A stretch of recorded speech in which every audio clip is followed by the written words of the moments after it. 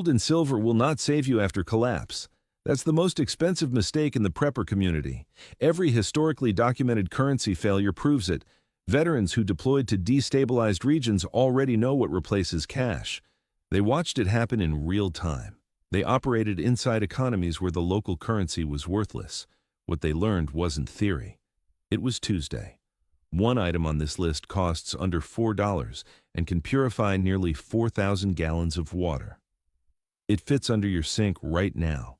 10 items and capabilities that function as actual post-collapse currency, with costs, quantities, and the military logic behind each one. Most people will figure this out 3 weeks too late. Here's something nobody in the prepper space wants to admit. 93% of the money supply exists only as digital records, not paper, not coin.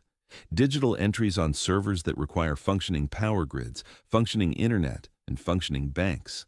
When those three things fail simultaneously, and in every major disruption they do, your net worth becomes a number on a screen you can't access. Hurricane Katrina proved this in 72 hours, not weeks, not months, 3 days before cash became meaningless in large portions of the affected area. The question isn't whether your money will work. The question is what you'll trade when it doesn't. During the siege of Sarajevo, nearly 400,000 civilians spent almost 4 years inside a collapsing economy. In Argentina, millions of people joined organized barter clubs because the peso became worthless overnight. In every single case, the same pattern repeated.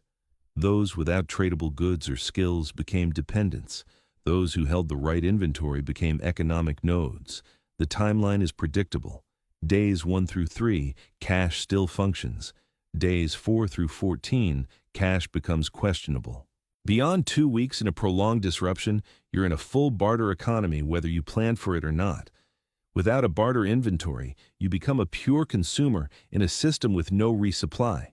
You're dependent on charity, coercion, or starvation.